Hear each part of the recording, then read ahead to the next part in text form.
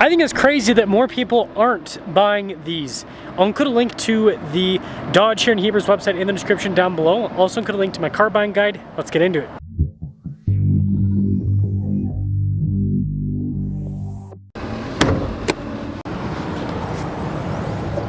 Powering this is a 5.7 liter V8 that goes through an 8-speed. Fuel economy is 14 around town, 22 on the highway. Power outputs are 360 horsepower, 390 pound-feet of torque. Nobody else offers a V8 in a vehicle like this anymore, and so that's the biggest thing that confused me, is like, this is a cool engine for this car. And it's got hood scoops, come on. I'm trying to hit 500,000 subscribers before the end of the year. I'd really appreciate it if you'd help out with that. Like I said, the hood, that's really cool. And then when you look at the headlight design, very sharp looking. And the front end in general is crazy aggressive for this type of vehicle. Now I know that they use these as cop cars, so it kind of has a cop car look, but still, this is cool looking. Tire and wheel setup is 265 by 50 by 20, metallic gray for the wheel coloration. Body painted fender flares here. We've got the Hemi badge there on the side too. And the overall side profile, again, nothing crazy, but it looks good. When it comes to key fob features, Dodge logo there on the back. We have our lock and unlock on the front, opening for the hatch, and then the remote start feature. Now in the rear, we do have a 12 volt. The seats themselves are manual with the lowering and raising function. But when you have the seat up, you still have good space. When you have the seat down, you have more space. And speaking of space, for an SUV in this segment, there's actually quite a bit of third row space. The legroom's decent, and the headroom is also pretty good. Cool light bar out back. You got the Dodge logo there in the center. Now I know the back end kind of looks a little bit minivan-ish with being so rounded off, but who cares? It's a family car. Let's check out the interior.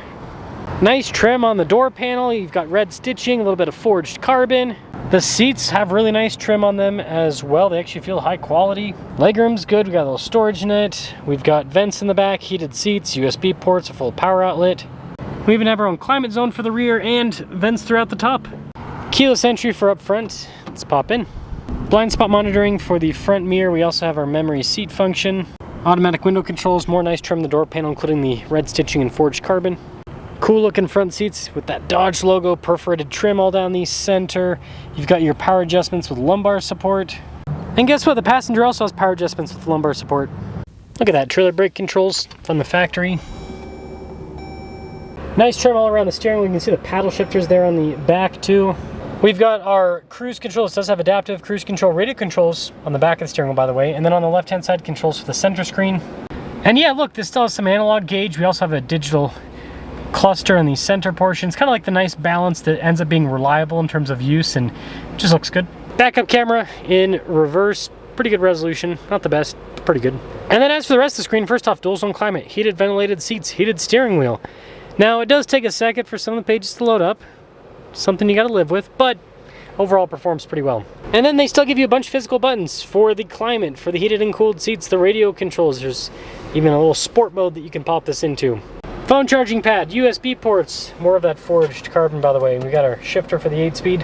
And guess what? This has an all-wheel drive low mode, which is great if you're going to do any sort of off-roading, I suppose. And then also if you're going to be backing up something with a steep incline, helps out quite a bit. More nice trim on this center console. Good storage space, 12 volt. The dash also has tons of nice trim. It's not going to pop up on camera, but we have a fancy headliner and then sunroof. This is an RT blacktop, 64,285. Let's see how this performs. Durango RT. Let's see how she performs.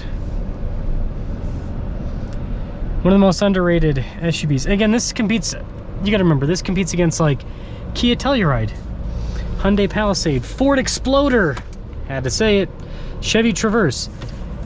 These have discounts on them too, so like this isn't going for that 64 price. It's got some discount on it. So you look at this, for the selling price, the value's just fantastic. You have a V8, everyone else has anemic V6s, or even freaking Chevys are using turbo 4-cylinders. Pathetic, absolutely pathetic. This has a V8, it can tow over 7,000 pounds. Again, it's got that all-wheel drive low. It's got trailer brakes from the factory. I mean, this thing is perfect. This thing is absolutely perfect as a family car. It can tow, it can haul people.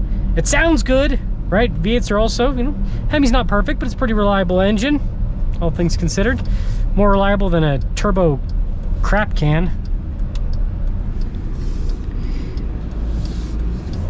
And this thing's got some power, not just the sound. Oh, buddy.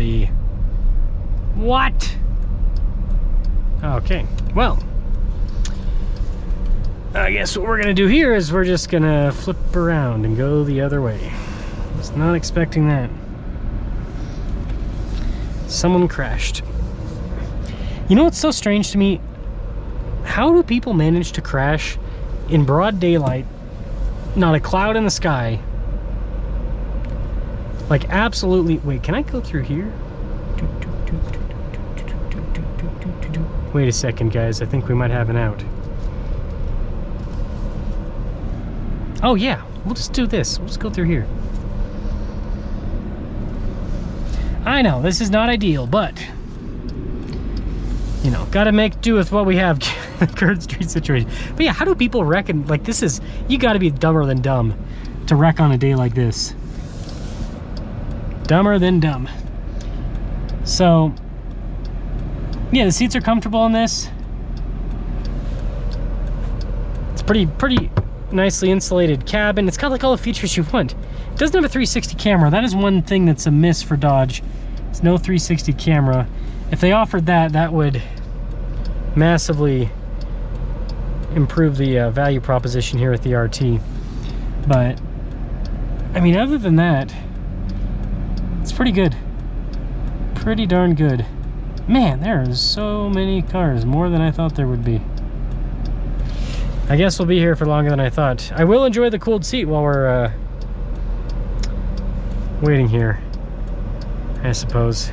Sorry, if I'd known about this, I would have gone a different route, but no clue. No clue. Finally, we have a slight opening for 2 seconds of driving. It's just the torque. And also, the thing about V8s is just the smooth power delivery. You just get this smooth wave of power. You really can't beat it. It's so nice. So in conclusion, this drives well. It looks good on the outside. It's got a great engine. This is so valuable in terms of like what it offers at the price point compared to the competition. It's just not new, right? This is a car that's been out for quite some time, and so that's why people kind of don't look at it. But it's like, man, if you go and drive one of these, this feels like this is a nice car. This is a really nice car with the features you get at the price point that it's at. Let me know your thoughts.